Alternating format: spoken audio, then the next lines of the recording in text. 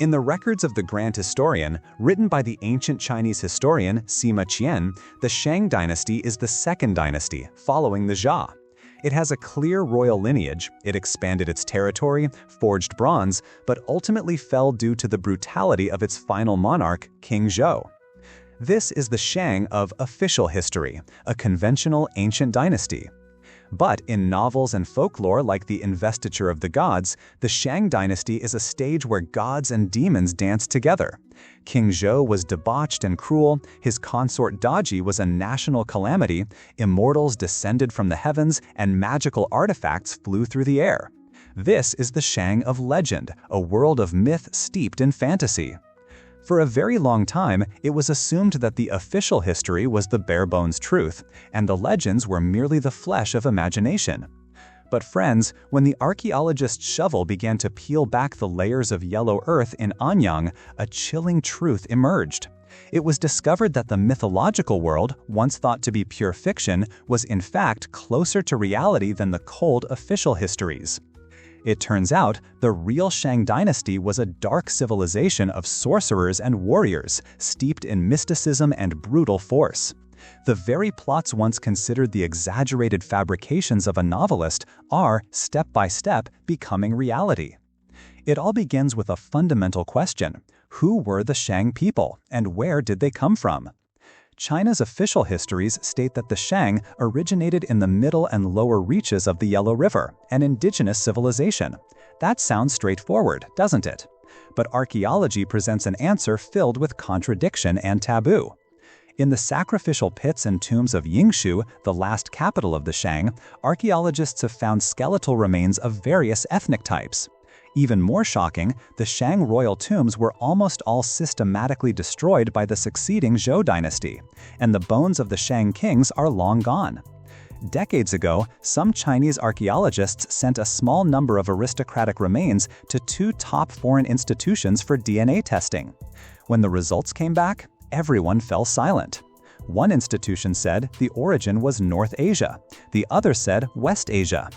This result was like a bombshell dropped into the academic world, but the ripples were carefully suppressed. To this day, the detailed data from that report have not been officially published, and since then, no larger-scale DNA testing has been conducted on remains from the Shang era. Why? The reason may touch upon a very sensitive issue: national pride. If the earliest dynasty that archaeology can unearth, one with a mature writing system and bronze technology, was ruled by outsiders, how should that history be written? Does the widely promoted 5,000-year history of Chinese civilization become a story that needs to be reinterpreted? This question remains unanswered. The Shang appear like mysterious visitors, arriving suddenly in the Central Plains with chariots and bronze technology, and then establishing a powerful theocratic dynasty. Their totem is equally mysterious. Ancient texts speak of the Xuan Yao, or the mysterious bird, which later Chinese people believed was a swallow. But among Shang bronze artifacts, you can hardly find any images of swallows. Instead, what has been unearthed are numerous bronze owls, with a peculiar, even somewhat cute appearance to the modern eye. However, if we connect this to global mythology, that dark bird which brings life and also knows death is more likely to be the crow. You see, just from the beginning, the Shang dynasty has left us with a field of mysteries. When speaking of the Shang, one cannot avoid the novel that is a household name in East of Asia, The Investiture of the Gods.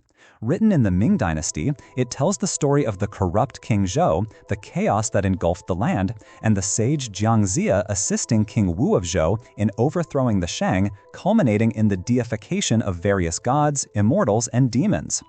In the book, King Zhou's cruelty is horrifying.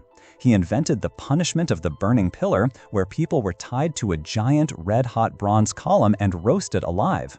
He listened to slander and had his own uncle Bi Gan's heart cut out. He even had the eldest son of King Wen of Zhou, Bo Yi Kao, made into a meat paste and served it to the feudal lords. In the past, this was all considered extreme demonization by a novelist. But now, take a deep breath, because archaeological evidence suggests that this was all likely true. And more, this wasn't the perverted behavior of one man, but a state-level practice that had been institutionalized and proceduralized over hundreds of years: human sacrifice. To the Shang people, sacrificing humans was not an act of hatred, nor was it a form of torture.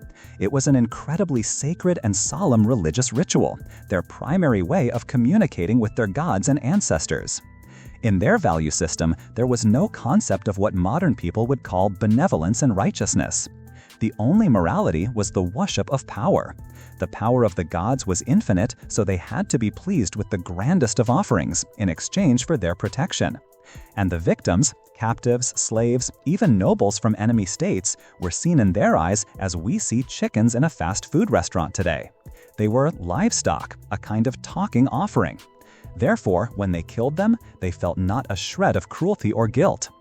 Here, we must distinguish between two concepts: human sacrifice and burial sacrifice. Burial sacrifice is when servants and concubines are buried with a deceased noble, a symbol of status. Human sacrifice, on the other hand, is the slaughter of living people as offerings to the gods, just like cattle and sheep. The latter was the core of the Shang state religion. How terrifying was the scale? Currently, from the oracle bone inscriptions that have been excavated and deciphered alone, the sacrifice of at least 14,000 people is recorded. Friends, 3,000 years ago, in an era of extremely low productivity and sparse population, 14,000 people was a number staggering enough to cripple any ancient state. And what upends our cognition even more is that the peak of human sacrifice occurred during the reign of King Wu Ding, the husband of Fu Hao and a ruler praised as a wise king in later Chinese histories. Oracle bone records show that in a single ritual, he sacrificed 1,000 people. Conversely, the infamous tyrant King Zhou, the last king, actually presided over the smallest scale of human sacrifice, with a maximum of around 30 people at a time. Writing is the carrier of civilization, but the writing of the Shang carries memories of blood. Many Chinese characters still in use today had original forms in the oracle bone script that read like a manual for slaughter. The character Mao depicted splitting a living person in half down the middle with a large saw, like splitting firewood. The character Shan meant not to delete, but to chop the offering into small pieces. The character Hai was precisely the fate of Bo Yi Cao in the novel, to be minced into a meat paste. The character Fu meant to be made into dried meat. The character Fa showed a person on the left and a halberd on the right, meaning to behead someone with a halberd. The character Ya meant to saw off a person's leg at the knee while they were still alive. There were even rituals for dissecting pregnant women and roasting people alive over a large fire. These characters were not adjectives, they were verbs, describing events that happened daily in the sacrificial grounds of the Shang capital. Museums, out of humanitarian considerations, have hidden too many of the gory exhibits, but the actual archaeological sites are scenes of tragedies frozen for 3,000 years. In one sacrificial pit, archaeologists found a bronze cauldron. When they cleared away the soil, everyone gasped. Inside was not a sacrificial ox or sheep, but the cooked head of a young girl. Her body was discarded next to it. She was a dish, offered to the gods. Look at this next pit. The legs of the skeleton were neatly chopped off below the knees. This was the Ya punishment. He was thrown into the pit, but his survival instinct drove him to claw at the edge, trying to climb out. He died in that very posture of climbing, his final moment captured in the earth for 3 millennia. Can you imagine the utter despair in his eyes as he died? And this is perhaps the most heartbreaking scene of all. It is a mother and her child. The mother's arms had been brutally severed, but her remaining bones were still locked in an embracing posture, tightly protecting the child in her arms. And the child's skull also bears the marks of a fatal blow. They may have been just an ordinary family, taken captured. Sometimes, if a noble family offended the Shang king, the punishment was for the entire clan, from the elderly to infants in swaddling clothes, 24 people in all, to be sacrificed together, becoming just one part of a larger offering.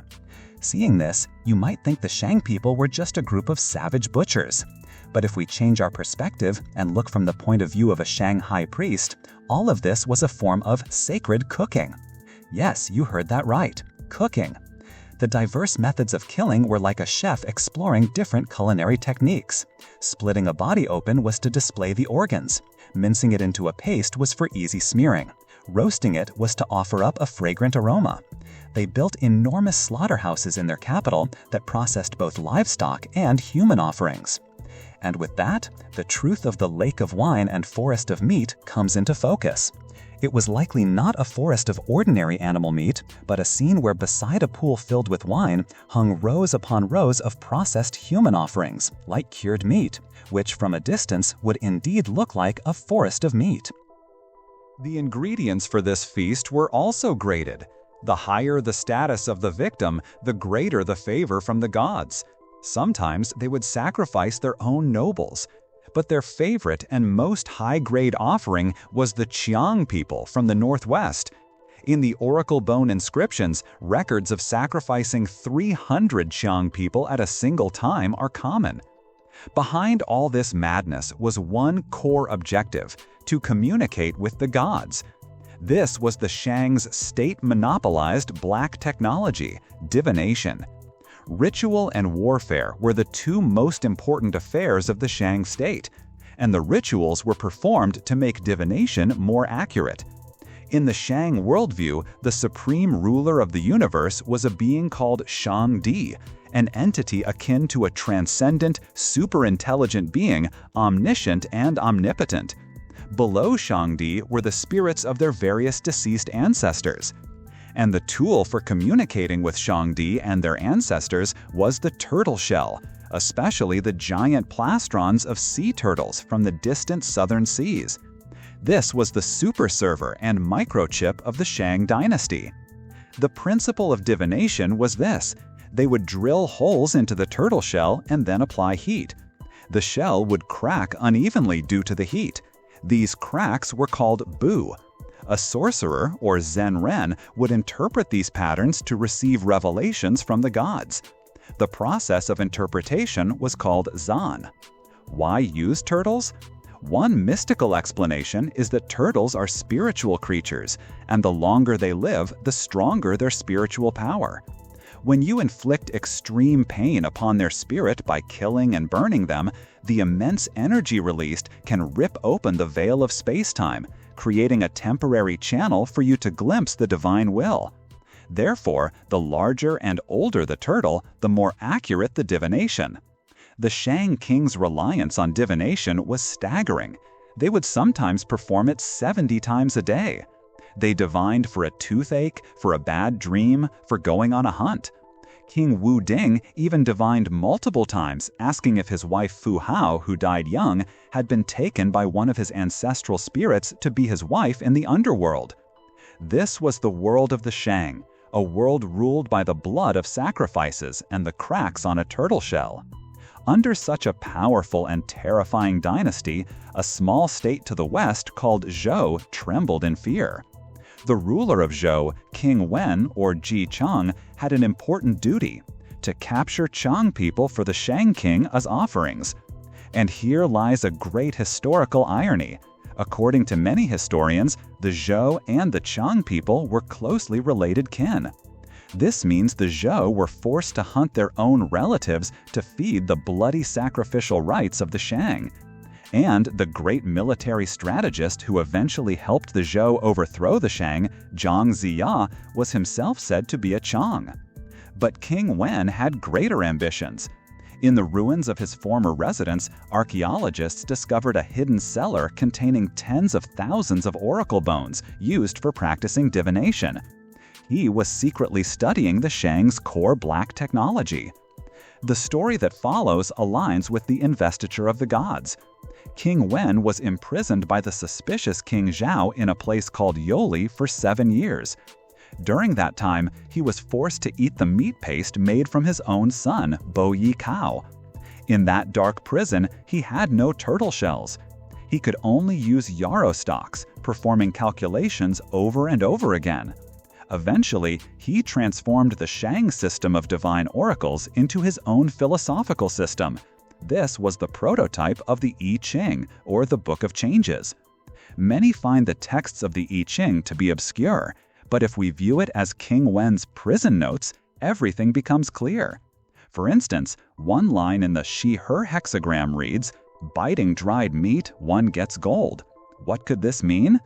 It's highly probable that while eating dried human flesh, he bit down on something hard, and spitting it out, found it was a piece of gold jewelry that belonged to a noble victim. After countless calculations, King Wen reached a heaven-shattering conclusion. The mandate of the Shang was exhausted. Shang Di had abandoned them. After his release, he passed this revelation to his son, Ji Fa, who would become King Wu of Zhao. Ultimately, at the Battle of Muye, the Zhou army crushed the main force of the Shang. After his defeat, King Zhao did not choose to flee or surrender. He made the most logical choice for a Shang king. He donned his most magnificent clothes, adorned himself with the most precious jade artifacts, ascended the deer terrace, and set himself on fire. This was not suicide out of guilt. This was his final and grandest sacrifice as the high priest of the Shang Dynasty. He offered himself to Shang Di. That is why his posthumous title is Di Xin. Di in the Shang world meant ascending to godhood. This also perfectly explains why at the end of the investiture of the gods, even a tyrant like King Zhao was deified. However, the victory of the Zhou also initiated a complete civilizational revolution. After King Wu died, his brother, the Duke of Zhou, conducted a systematic formatting of Shang civilization. He abolished the bloody practice of human sacrifice, defining it as barbaric and forbidden by heaven. He destroyed all documents related to it and desecrated the Shang king's tombs, attempting to erase this dark memory both physically and spiritually. Then, he established a brand new civilizational system centered on humanity, order, and morality, the rights of Zhou. From then on, sacrifices were no longer made with people, but with the three livestock, the ox, sheep, and pig. Living people were no longer buried with the dead. They were replaced with ceramic figurines. Chinese civilization thus bid farewell to the bloody worship of gods and ghosts and turned toward rational humanism. It was a great leap forward, but it also caused later generations to completely forget the true, terrifying Shang Dynasty. Today, when we look back at the Shang, we might find their divination laughable, unscientific. But let's entertain a thought experiment. 3,000 years from now, if a new intelligent civilization were to conduct archaeology on our ruins, and they dug up our smartphones and computers, would they conclude that 21st century humans worshipped idols made of silicon and plastic, to which they prayed and communicated daily to obtain information? Could they understand electricity, the internet, or artificial intelligence? Perhaps divination was the most advanced method of interacting with cosmic information that the Shang people could understand and utilize. Within their system, it was effective. It was their black technology. And so, friends, herein lies the allure of history. It is not a set of unchanging answers, but an endless journey of exploration. What we've discussed today is just the tip of the iceberg. The Shang Dynasty, this dark myth once buried deep in the earth, is waiting for us to uncover more of its chilling secrets. Thank you for listening. We'll see you next time.